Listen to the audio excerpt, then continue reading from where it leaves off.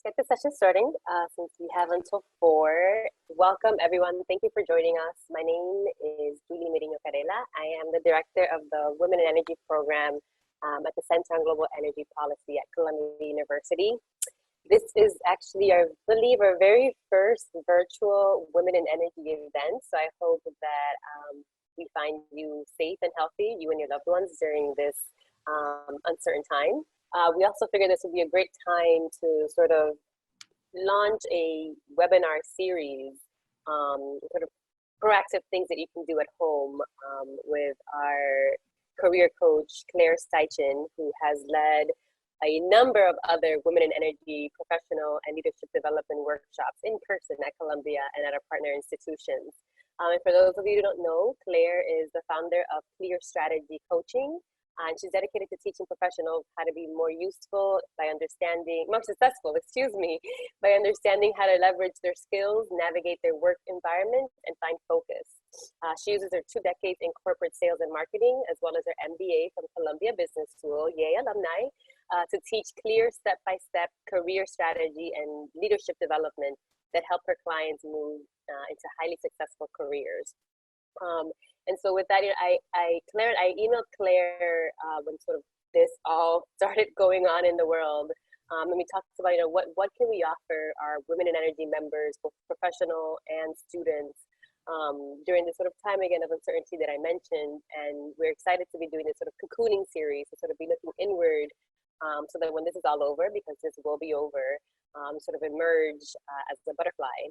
And so with that, we're going to kick off our very first session on practicing self-care when you're working from home.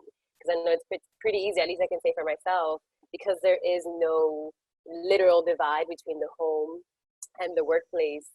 Sort of sometimes find myself working through 5 to 6, through 7 p.m., through 8 p.m., and not being able to separate. So with that, I hand it over to Claire. Great, thank you. Thank you for that, Julie, and thank you for that perfect segue, because we are going to talk a lot about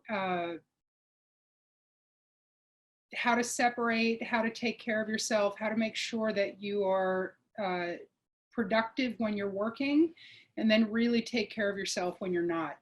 So for those of you who are, maybe some of you are calling in by phone, if you can show your face, it's always really nice to see faces on this. So if you're hiding your screen, please feel free to show your face, but if not, it's totally fine, and I understand.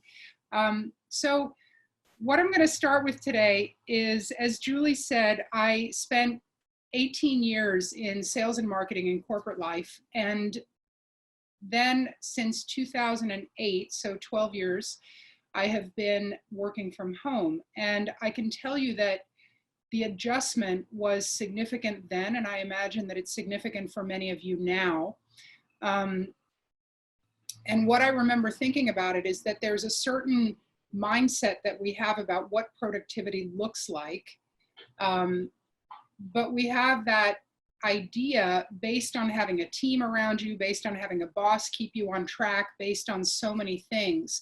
And even if you're still working within a team from remote, there's just a lot more freedom. There's a lot more ability to procrastinate and get distracted when you're working from home. So the story I start with is in my first year, when I was working from home, I had a friend who had just moved to a new city, and she was a stay-at-home mom. So, and I was, what I was starting a practice was just such a giant endeavor that it was really daunting, and I was doing a lot of procrastinating. And one day, she and I were on the phone for about the 3rd time that day, and finally I said, listen, I gotta get off the phone. My boss is breathing down my neck. And she said, what? Who's your boss? And I said, me, I'm the boss. And there's no reason why I would let my employee be on the phone like this. This is nuts.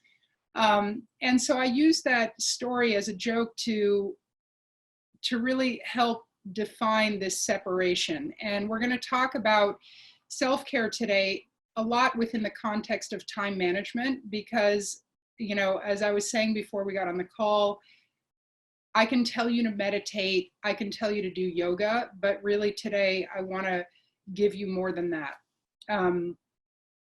So to begin with, this idea of self-care I want to talk about a distinction between, and entrepreneurs know this, there's warrior energy and there is goddess energy. And when you're working from home, and the more you have to self-generate the work and motivate yourself, the more you have to really make sure that you know when you are in warrior energy, when you have work to do, you've got to get it done, you've got to move, move, move. And when you have the goddess energy, which is restorative, replenishing, fun, and you need a lot more of that when you get home, okay? Not when you get home, when you're working from home. And it's a little bit counterintuitive because you think, well, I'm home, it's more relaxed, I'm in my pajamas, this is goddess energy, but it's actually not. And what more often happens is what Julie described earlier, which is that your warrior energy bleeds into your restorative time, okay? So a lot of time management tools today to help us preserve and stay balanced and also stay connected with the people in our personal and our work life. I know that as an extrovert working from home, I have to work extremely hard to stay connected because without that, I kind of wilt. So, number one,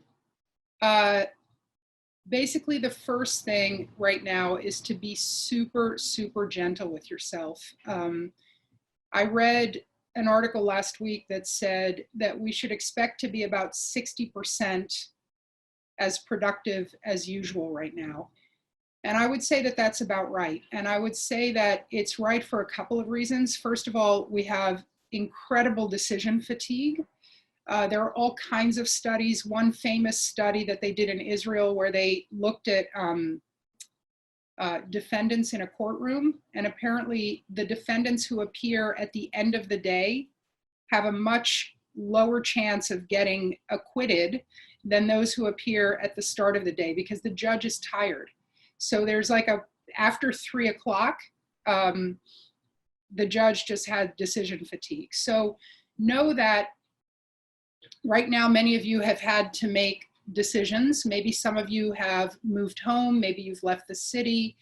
That would be one sort of decision fatigue. But to be honest, right now, just going to the supermarket is just, you know, do I wear a mask? Do I not wear a mask? How much hand sanitizer? I mean, even the most basic things right now feel so high pressure and so dangerous. And, you know, it's just a little bit overwhelming. So know that it is normal to have that kind of fatigue. And the other thing that I think we have right now, and it is just a natural tendency of ambitious people, right? And I know whenever I'm presenting to this particular Women in Energy group, you are an ambitious bunch. And I know it doesn't always feel that way because you're working in such a competitive environment, but you are high achievers. You are extremely successful already. And what comes with that is often a tendency to put way too much on our to-do list. And I suspect that what a lot of people are doing right now, which is what I did back then, is that you think of all the things that you should do, and then things like, I know for me, cooking 3 meals a day, which I don't usually do, but I have my kids home and my husband home now, so you know, I'm adding 3 meals a day to the list, and we can just add all these things to the list without really stopping to realize that we've completely overloaded our to-do list. So I just want you to keep that in mind. We have a natural tendency as ambitious women to do that anyway, and right now it's probably even more so because you don't really realize the difference with working from home. So today we're going to put self-care into context. I'm going to talk about the loss of energy that comes from a lack of focus. So we're going to talk about goal setting. We're going to talk about increasing your vibration or your energy. And to do that, we're going to talk a little bit about finding your sage. And that's a lot about reducing the voice of the saboteur, the negative voices, the worry, the anxiety about your health right now, your money potentially for some of you, and just career in general, right? So there's a lot of worry that's going to be hurting our ability to be at our best. All right. And then the physical realities. So there are physical realities. It's not just all psycho-emotional, but self-care. You do have to, at some point, do the yoga, right? And the going out for a walk. So I'm going to talk about the mechanics of creating a roadmap for focus. And these are a little bit of my favorite time management tools, what I use on a regular basis. We're going to talk about quarterly goals, how you create your to-do list, prioritizing, and then creating your calendar. So number one, this is something that I do at the start of each quarter. Now, I am an entrepreneur, so I get to choose my own goals. But those of you who are working within a system, you may have a level of autonomy where you can define these goals for yourself. But even if you can't, you should hopefully, in a perfect world, we don't all live in a perfect world, but in a perfect world, your supervisor would be negotiating these with you or would be informing you of them. And you would have a really good sense of what you want to do this quarter. Now, if you look at this, this is a client I have right now, and basically in her organization, what they're looking to do for 2020, it used to be, we're going to grow 12%. Now, the new goal is to just keep sales flat, right? They just don't want to lose too much business this year, even though they were on a growth trajectory. So the due date for that is 12/31. But in order to do that, they may have, and she and I downloaded about 8 different things that she wants to do between now and the end of the year. But for this quarter, she's focusing on 3. And the reason for that is that if you focus on too many things at once, it really just gets so diffused that it's harder to make progress on any one thing. And I think that right now, more than ever, having the luxury of focus is something that's going to help you fight the worry and anxiety of all the stuff that's going on around you, okay? So the first quarterly goal, and I'll just go through one, but her first quarterly goal is to maintain existing clients. And since we're at the beginning of April, we put June 30th as this goal, and these should all be June 30th, right? Whatever her 3 goals are. So the first goal is to develop a message for their approach. So her organization has clients. I think everybody right now is developing a message for the coronavirus and how they plan to proceed. And then deliver that message. And in delivering that message, whether they're going to do a town hall forum in a video conference or whether they're going to call each client one by one, they need to make sure they're delivering that message. Then ensure visibility on the most at-risk clients. So another goal or another action within that goal number 1 is to identify the clients that are struggling the most or that they're most at risk of losing, right? And then the 4th one is to develop a free service to support the clients right now. So that's something that a lot of organizations are doing, is that they're building relationship, they're connecting, they're serving their clients in a way that they've never done before, or they've never done for free or for, you know. So this is an example, and you might say, oh, this is many goals, but these are all goals that pertain to this overarching goal. And what that does for you is that it allows you to kind of, as you're doing tasks throughout the day or throughout the week, you say, is this relevant or is it not? All right, and it just helps you maintain that focus. So what I actually do is I rewrite, this sounds a little obsessive, but it really, really helps when, you know, when your boss isn't around as much, is I rewrite those goals every morning when I plan my day, okay? So every single morning you write those goals, and then you write your to-do list, and you ask yourself, which of those goals is this task serving? Okay. Now, within that, you're going to have certain habits. Like you don't want to rewrite every single thing that you do. Some things are project oriented. They have a completion date and then they'll be done. And other things are really weekly habits or rituals, okay? So maybe within this, you want to write a summary to your boss and you want to do that weekly, right? Maybe you want to check in with clients once a week or once every other week, depending on how dormant they are based on the coronavirus reality. Okay, so now if you guys have, Julie, I don't know if you're seeing, if you guys have questions, you can certainly raise your hand. And let me see if I have the hand raising. Julie, if you could let me know if somebody raises their hand, that would be helpful. And then here I put, now this is a funny one, and obviously I'm being a little cheeky, but new pajamas, because what else are you gonna do, right? I mean, and you huh? Did somebody say something? No, okay. You can't really go out to dinner right now and reward yourself with a nice dinner, so I put new pajamas there.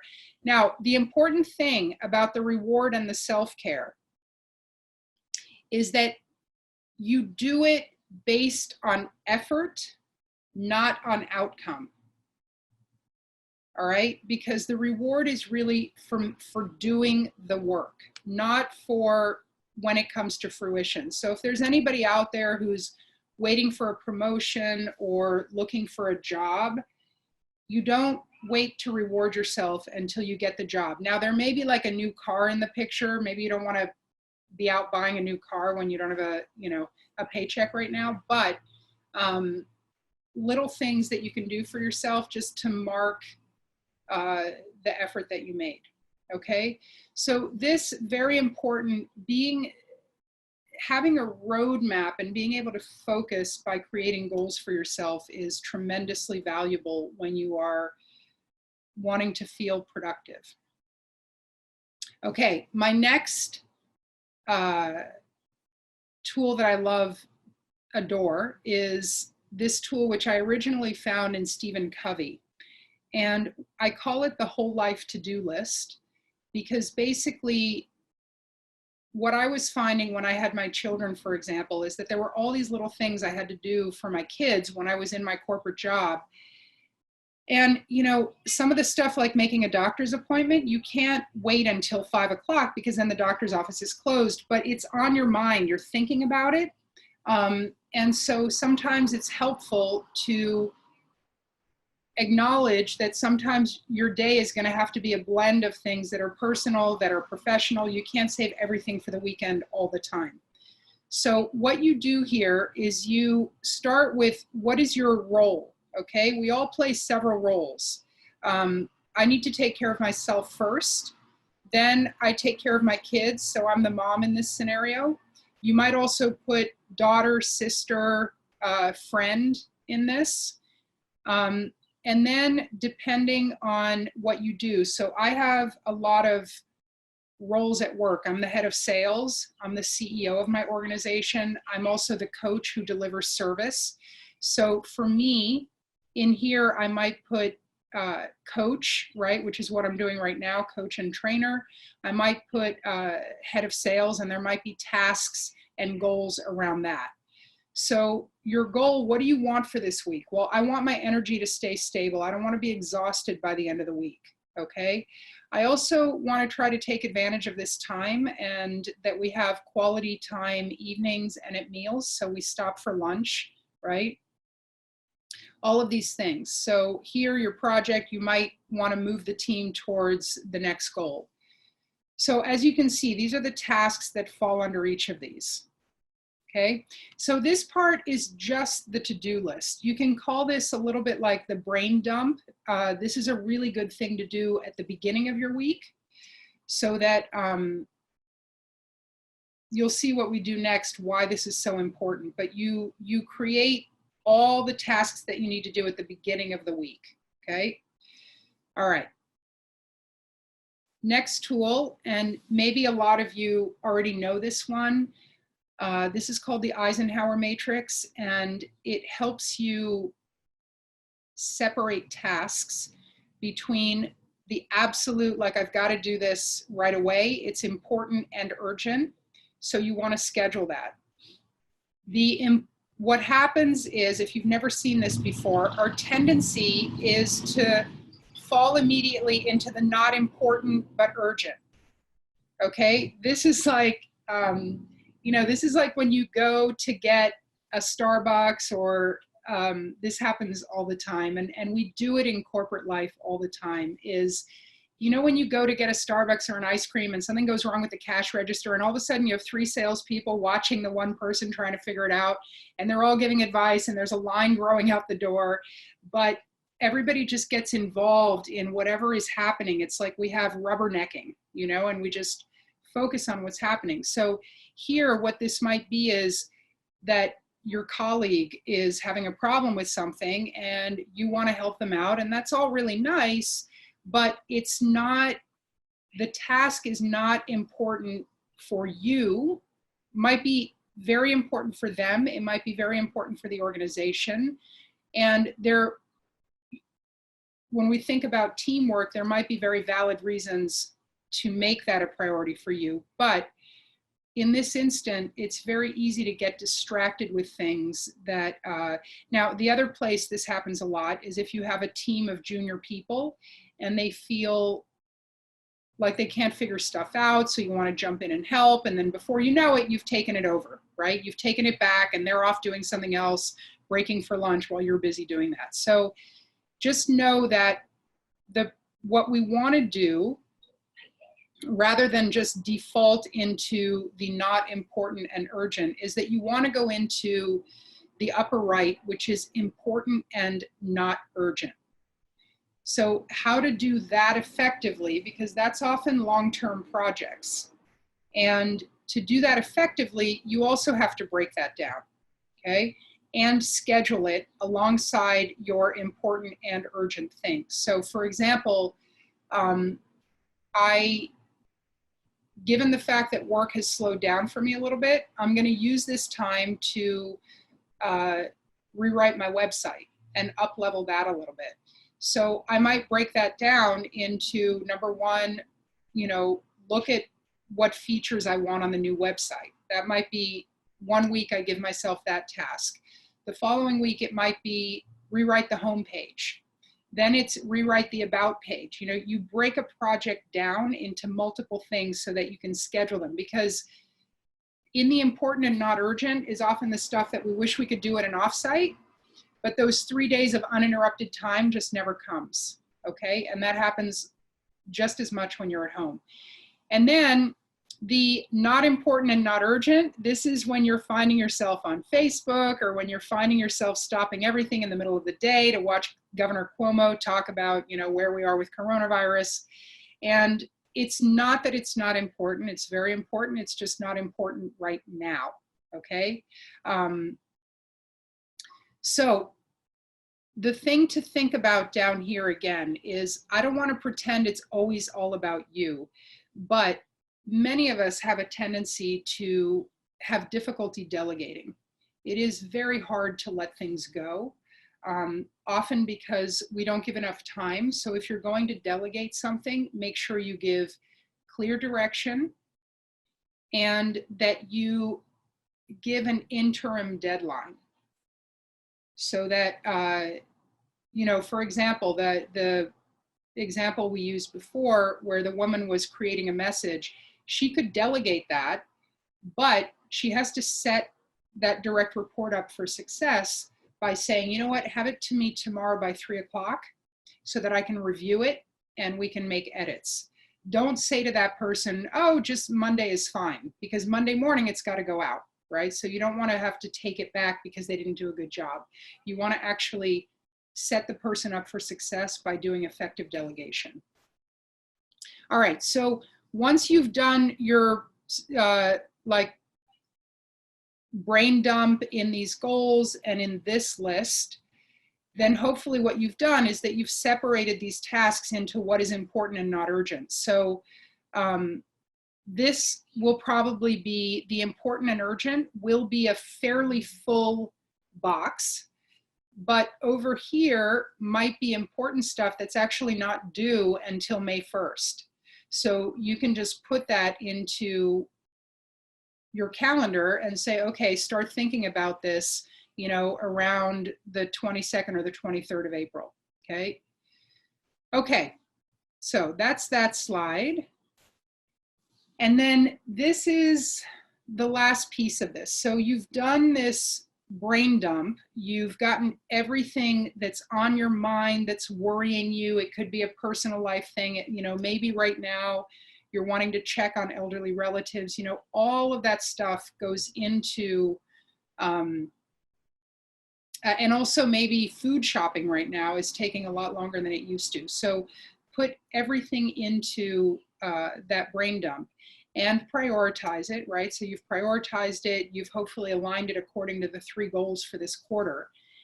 And then this is my crazy schedule, but you schedule everything, all right? So this is I tend to be an extremely early riser. So although I will say I've been getting up later since we've been in lockdown, but what you'll see here is at 5 o'clock, I often wake up, I meditate, and I really take that time for myself. My family's not awake, so it's really peaceful, quiet time, and I can breathe and I can plan the day. 3 days a week, I like to exercise, so that goes in here, and these are all color-coded. So the blue stuff is personal, right? The yellow stuff is work stuff. Actually, with one exception, I have to change this. This is my kids, right? So I have to dress, I have to make breakfast, I have to prep my kids. So you must be thinking like, why would I write that in there? It's so obvious. But there is something very satisfying about checking off like, wow, I did that, I did that, I did that. And then I like to schedule email times so that you'll see I have emails in the morning and then emails again at night. Which can really help with not being distracted all day long. Now, do I never check emails during the day? No, I often do, but knowing that I have this time scheduled gives me a comfort level that I will get to it, so I don't need to worry too much, all right? So here I have outreach, follow up with, you know, corporate clients that I might have work with. These are my client calls, right? And then I take lunch and I relax. It's super important to your energy to pause during the day. All right. So, sorry. And also schedule planning and review. So when I do that morning coffee and meditation, very often the last 10 to 15 minutes of that is planning the day. Okay. So don't forget planning and review. I know it can feel for many of us like, why would I take time to schedule time? Except that that's where all the power is to stop just like tumbling through your day and your week, but to actually take care of yourself by giving yourself the gift of a feeling of accomplishment and being ahead of the 8 ball, okay? All right, so that's the sort of technical time management stuff. Now we're going to get into shifting your energy for balance, and it's also very tied into those tools. So the first thing to do is obviously to meditate. I do this in the morning. There's a fantastic book, and I've done this course for the Women in Energy before. About the inner critic, the saboteur voice, the voice of worry and concern. And there's a fantastic book called Positive Intelligence. The author is Shirzad, Shirzad. Last name is Chamine, Chamine. And he is a coach, but also he's a professor at Stanford Business School. And he did this fascinating model about our inner critic, our saboteur voice. And as you can imagine, a guy who got his PhD from Stanford is not lacking in ambition. So a lot of us high achievers, we have this idea that maybe once I graduate Columbia or NYU or New School, that I'm gonna like never be hard on myself again. And the reality is often the opposite is true, because the more successful we are, first of all, that what drives you to success is often a part of yourself that is connected to the inner critic that never thinks you're enough. But in fact, the minute we achieve something, we tend to be associating ourselves to a smaller and smaller group of highly successful people. So that voice of the inner critic is something that you never really walk away from. If anything, you have to manage it. And one of the ways to manage it is through meditation, through relaxation, exercise. So what I want you to think about during this time is reducing the inner critic that says, oh my God, I'm home. I have all the time in the world. How can I be behind? I don't understand. I'm failing in some way, right? And strengthen that sage voice. And that's the voice that, you know, when you come back from vacation and for about like a day and a half, you feel like, oh my God, I've got this. Everything's great. It's going to be okay. I can figure out anything, right? But then we go right back to the stress and the stress of our daily lives. So if you don't meditate, but you would like to learn about it, the Shirsad Shamin website, it's called positiveintelligence.com. And he's got a bunch of different pages. One of the pages is called the Saboteur Assessment, and you can learn more about his model. Another page is called the PQ Gym. And in that PQ Gym, he's got a 15-minute meditation. And what I like about it is that he also uses muscle tensing and relaxation. So for those of you who have a hard time sitting still, that physicality can be really helpful. Another meditation place, a lot of you guys have, there's, what are those ones called right now?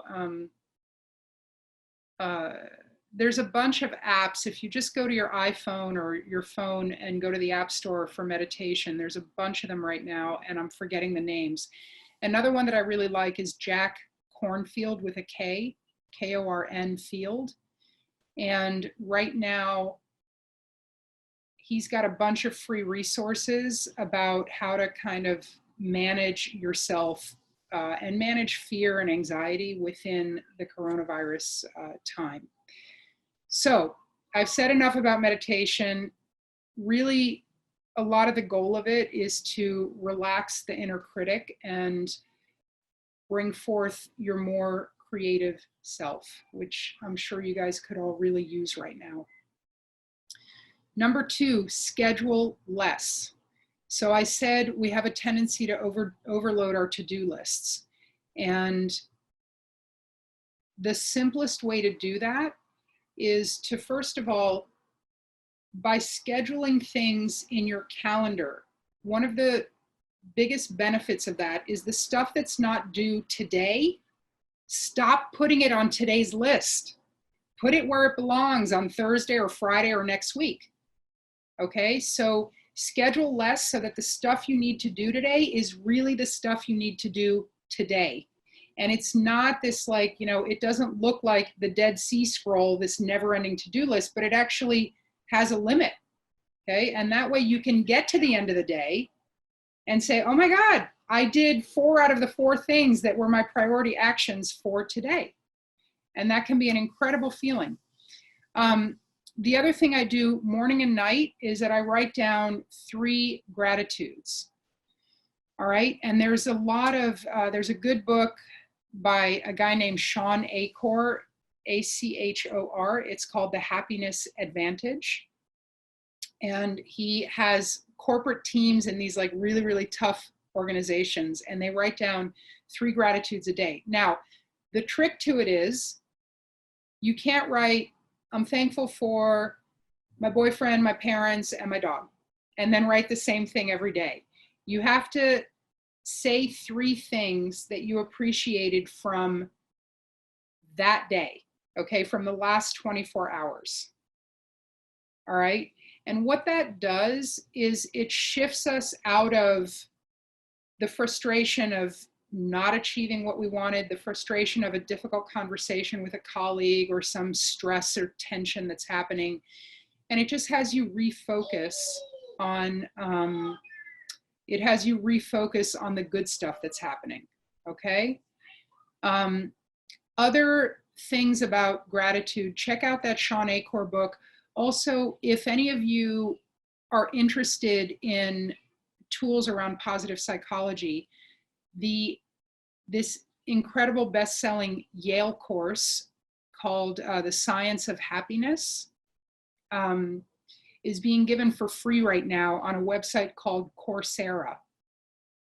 And I'm taking it just because given what I do for a living, I thought it would be a good certification, but I'm also, we can all up our happiness quotient, and it's really actually quite fascinating because anyway, it's a fabulous course. And they also talk about gratitude and appreciation as being very closely linked to happiness and well-being.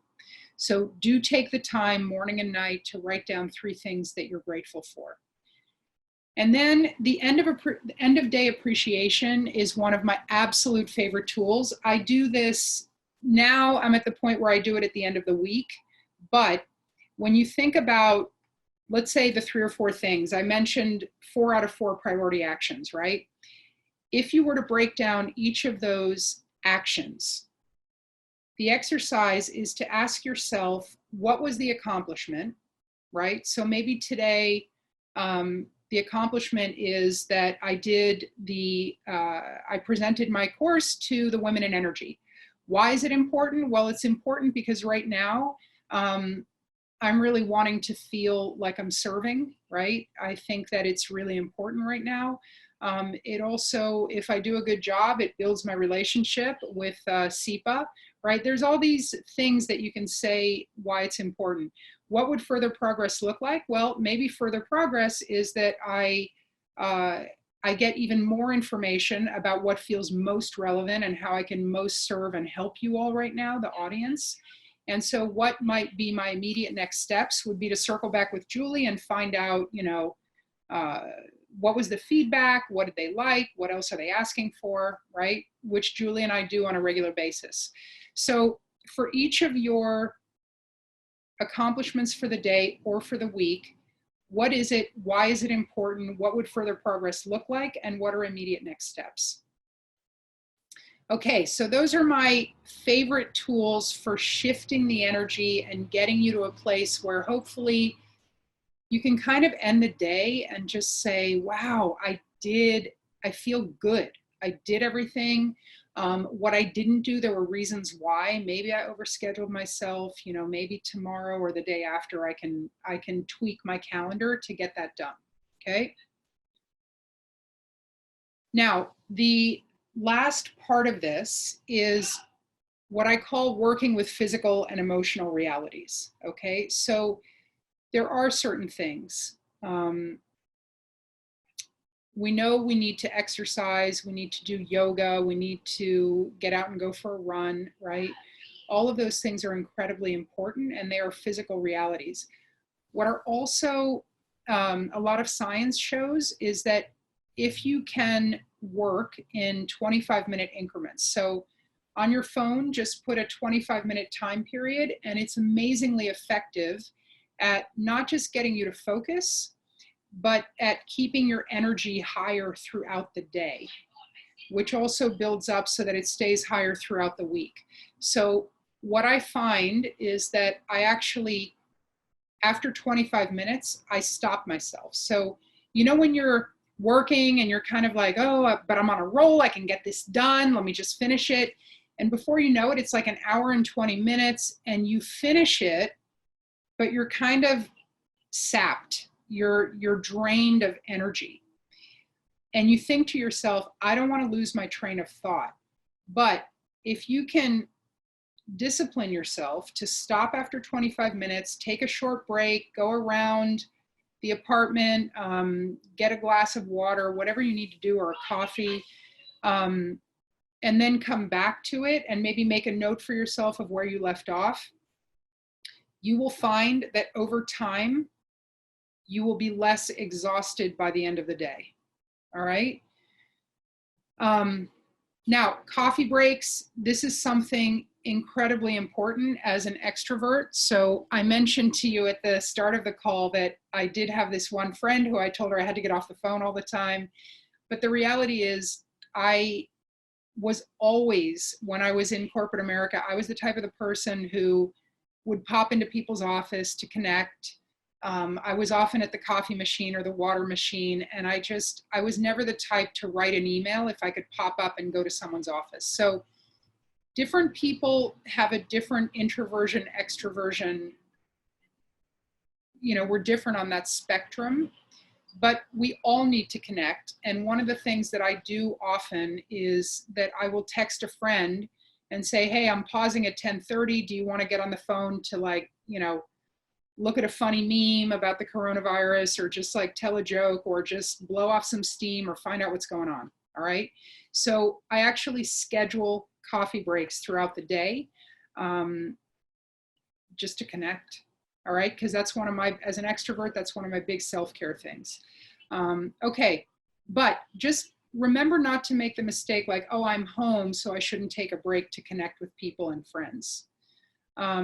Create a routine. Now, the next two bullets contradict each other, but create a routine about things like exercise, getting showered and dressed, right? The meal planning. I've gotten to the point now where with my family on Sunday, I say, look guys, the way the week has been going, we need to make a lasagna, and we need to eat that 3 times. I can't right now cook a whole meal every night, right? It's just too much. So create your routine, plan ahead, and try to reduce a lot of the logistics, because working from home has this way of mushrooming. And so you want to keep certain things, reduce that decision fatigue. You don't want to be asking, what am I making for dinner tonight? You just want it to already be planned, okay? That being said, for the things from the to-do list, right, the project work, not the weekly habits, those should just be scheduled. I often write my blog post on Friday morning, right? Because I know it's going to go out Monday. But for the stuff that is project-based, that is moving and changing and has a finite, deadline, and then it's done from your to-do list, that stuff you should be revising daily. So I said, create that weekly to-do list with the calendar, but then every morning and every night, review it. And somebody that I work with has a great metaphor for this, is that when you're flying from San Francisco to New York, there is a flight path, but what you don't realize is that the pilot is constantly shifting, because they're coming up against headwinds or lack of headwinds, or storm formations, or there's just, whether we realize it or not, they're constantly adjusting. So the thing to be careful of is when you create and you revise your schedule daily, do not punish yourself for stuff that didn't get done. All right, just notice, wow, this took longer than I thought, this took shorter than I thought. If something took shorter than you thought, don't automatically fill that space with something else. Maybe take a break, give yourself credit for having completed that thing, okay? But really important around this revising the schedule daily, you might realize after a few days that you've just put way too much into your schedule and you haven't scheduled nearly enough breaks, okay? So that is something to notice and think about how you can reduce that. Can you delegate some of it? Is it not all due this week, but it's fatiguing you because it's on your mind? So if it's not due this week, put it into next week, right? So create and revise the schedule daily. And then obviously watch out for fatiguing coffee and food. A lot of us, I've heard that flour and yeast are sold out right now because everybody is baking. my daughter included. And, you know, I really have to discipline myself not to have a chocolate chip cookie in the middle of the day, because then I know that around 4 o'clock, I'm going to be hungry and I'm going to be tired. All right. So be careful with the coffee and the food. The next to last one is know your rhythms. And this is really important because we each have a different, there's a fascinating work called human design, and it helps explain different personalities, but it's not just about behavioral styles the way some of them are. This one is about your energy levels, how you approach things. And what I learned about myself, for example, is that I generally go in these 3 or 4 day rhythms where I'll feel really good for 2 days, then I'll have kind of a neutral day, and then I'll have a difficult day. And it's just my energy flows. I don't have to worry about, is something wrong just because I don't feel super happy today? I've learned over time to realize that it has more to do with the way I'm hardwired.